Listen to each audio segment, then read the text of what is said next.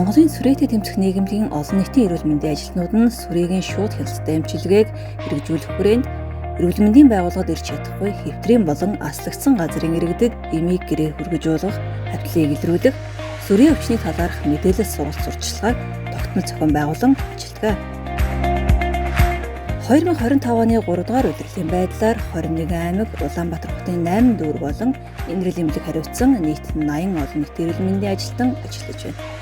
Олон нийтийн эрүүл мэндийн ажилтнуудын оролцоотойгоор давхардсан тоогоор 2113, давхардаагүй тоогоор 542 өвчтөн хяналттай эмчилгээ хийлгэсэн бөгөөд үүнээс 46 бүрэн эдгэрч 85 иргэний эмчилгээ дууссан байна.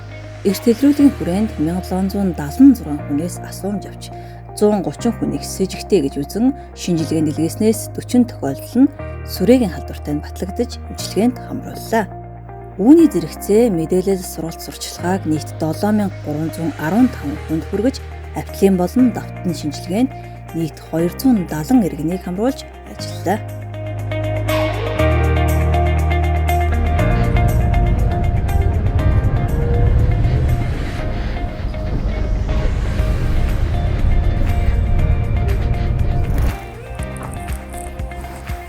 Сайн минь За сайн байна. За би Дач ямар юм аа ямар хамаагүй дээрдэл явчихсан. ингээд хүмүүст ийм зөөж эдгэрүүлж ингээд тус болж байгаа даа бас буюу үлдэж яана гэдэг өөрөө ч гэсэн бас баярлж явдаг.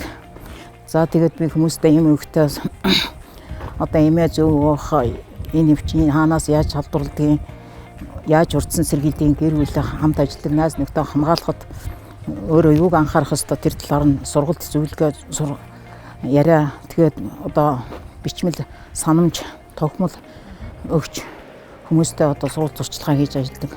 Манай 22 16 дугаар оронд нэг баг 139 дугаар баг сургууль 293 224 дугаар цэцэрлэгүүд байдаг. Тэрний эхэцгүүд болон хүүхдүүдэд би бас жилд нэгээс 2 удаа очиж яриа хийж хүмүүс сурах туудас тайлбарлаж ингэж яриа хийж өгдөг. За мөн өвчтнүүдийнхээ хавтлыг бүрэн шинжилгээнд хамруулд шинжилгээнд ороогүй хүмүүс шинжилгээнд хамруулна. Сүрээгээр бол ихэнхдээ бол залуучууд бас их өвддөг. 24-ээс одоо 44 насны залуучууд их өвддөг. Энэ нь бол нэгдүгээр тайхрамжгүй, хоёрдугаарт одоо хаанаас яаж халдгийг мэдэхгүй одоо байдлаасаа болж энэ өвчнөд хүртдэг. Тийм болохоор залуучууд нь одоо ирээл үе сайн хайрлаж эрт шинжилгээнд орж өвчин илэрсэн тохиолдолд одоо эрт эмчилгээнд орж урдан эдгэж одоо 90 сар болж ажил хөдөлмөрөө хийж байгаараа гэж уриалах байна.